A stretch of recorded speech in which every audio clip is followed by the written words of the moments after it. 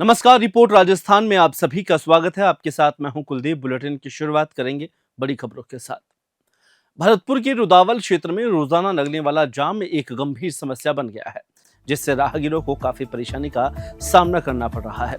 इस समस्या के संदर्भ में कई बार उच्च अधिकारियों को सूचित किया गया, लेकिन अभी तक कोई ठोस कदम नहीं उठाया गया है। बस स्टैंड पर लंबी कतारें लगने से एम्बुलेंस और अन्य वाहनों को भी आवागमन में मुश्किलों का सामना करना पड़ता है। जाम का मुख्य कारण सड़क पर हो रहे अवैध कब्जे और ओवरलोड वाहनों का दौड़ाना है। हालांकि उच्च अधिकारी इस समस्या से अवगत है, लेकिन वे अभी तक इसे गंभीरता से नहीं ले रहे हैं और मूक दर्शक बने हुए हैं।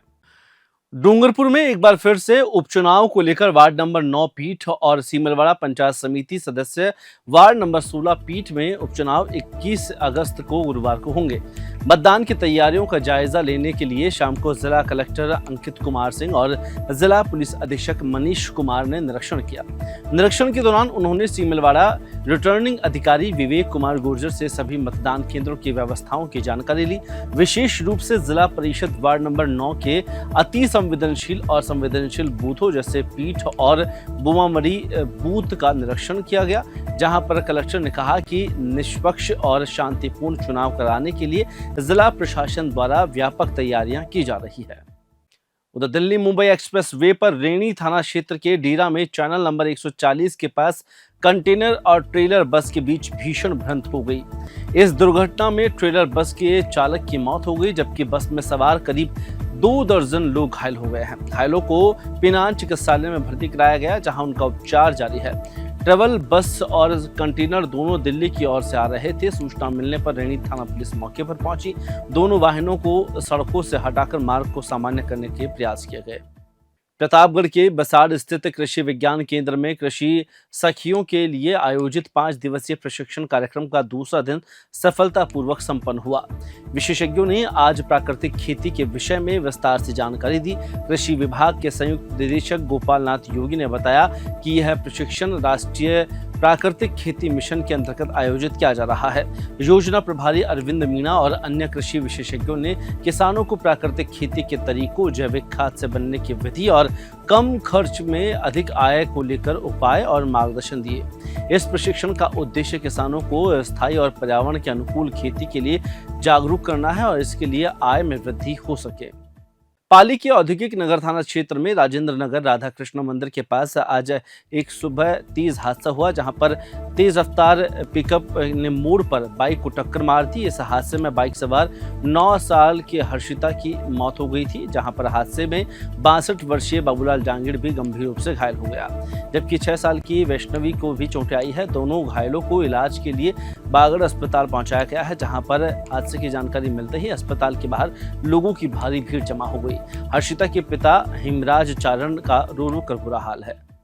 प्रतापगढ़ जिले में देवगढ़ थाना पुलिस ने एक बड़ी कार्रवाई करते हुए शामली पठार ग्राम पंचायत में करोड़ों रुपए के कार्यों की आड़ में हुए 70 लाख रुपए के गबन का खुलासा किया, जहां पर पुलिस अधीक्षक बी आदित्य ने जानकारी दी है कि ग्राम पंचायत शामली पठार के सरपंच दिलीप मीणा ने थाना देवगढ़ में रिपोर्ट दर्ज कराई थी। रिपोर्ट के आधार पर पंचायत में अधूरे कार्य करवाने और फर्जी फर्मों को भुगतान दिखाकर करीब 70 लाख रुपए की भारी भरकम राशि का गबन किया गया था। सिरोही जिले के रेवदर ब्लॉक स्थित जुझापुरा सरकारी विद्यालय की जर्जर हालत बच्चों के भविष्य ही नहीं बल्कि उनकी जिंदगी पर भी संकट मंडरा रहा है। विद्यालय भवन की छतें टूटी हुई है, जहां पर दीवारों में गहरी दरारें पड़ चुकी है। बारिश के समय मौसम बदलने से कमरों में पानी टपकता है। कमरे पूरी तरह से जर्जर हो चुके हैं, जिससे बच्चों को भारी जोखिम में पढ़ाई करनी पड़ रही है। अभिभावकों ने पूर्व में कई बार विद्यालय की मरम्मत की मांग की थी, लेकिन विभागीय अधिकारियों की अनदेखी अब तक जारी है। स्थिति यह है कि बरसात के समय बच्चों को त्रिपाल के नीचे बैठाकर पढ़ाया जा रहा है। विद्यालय भवन की स्थिति देखकर यह अंदेशा लगाया जा रहा है कि कभी भी बड़ा हादसा हो सकता है। प्रदेश के एकमात्र हिल स्टेशन माउंट आबू से लौट रहा पालिका आपदा दल हादसे का शिकार हो गया। दल का वाहन बेसहारा और आवारा बैलों को पकड़ने के बाद लौट रहा था। आबू यानी माउंट आबू रोड के पास छिपा बेरी मोड़ पर यह अचानक वाहन का संतुलन बिगड़ गया। अनियंत्रित वाहन पहाड़ी से जा टकराया, जिसमें सवार 5 कार्मिक घायल हो गए। घायलों को तुरंत स्थानीय ग्लोबल अस्पताल में भर्ती कराया गया, जहां उनका उपचार जारी है। वहीं दुर्घटना के बाद इलाके में अफरा तफरी मच गई। प्रशासन की निगरानी में घायलों का इलाज किया जा रहा है। मामले की जांच भी की जा रही है।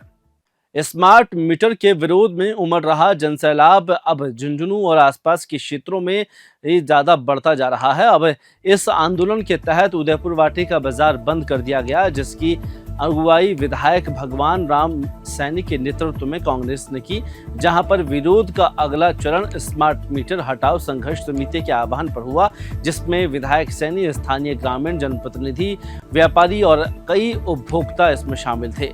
शाकंभरी गेट 1 पर आक्रोश रैली आयोजित की गई, जो उपखंड कार्यालय तक पहुंची। रैली के समापन पर मुख्यमंत्री को ज्ञापन सौंपते हुए इस निवेदन को भी जोर दिया। साथ ही पुराना मीटर सुचारू रूप से काम करने की भी बात कही गई। साथ ही उन्होंने कहा कि नए जो मीटर है उन्हें हटाया जाए, इसका विरोध तेज हो रहा है। उधर जिले के डाबी थाना क्षेत्र में नेशनल हाईवे नंबर 27 पर भीषण सड़क हादसे में एक महिला समेत 4 लोगों की दर्दनाक मौत हो गई, जबकि 5 लोग गंभीर रूप से घायल हो गए हैं। घायलों में बच्चे, महिलाएं भी हैं, जो सभी बारां और मध्य प्रदेश के ब्यावरा से राजसमंद मजदूरी के लिए वैन में सवार होकर जा रहे थे। वैन में भारी वाहन से टकरा गई थी, जहां पर टक्कर इतनी जबरदस्त थी कि कार में सवार लोगों के शव के टुकड़े हो गए, जिन्हें समेटकर अस्पताल ले जाना पड़ा। ये लोग बारां जिले और मध्य प्रदेश के ब्यावरा के बताए जा रहे हैं, जहां पर सभी काम के लिए राजसमंद जा रहे थे। फिलहाल इस बुलेटिन में इतना ही। मुझे दीजिए इजाजत। नमस्कार।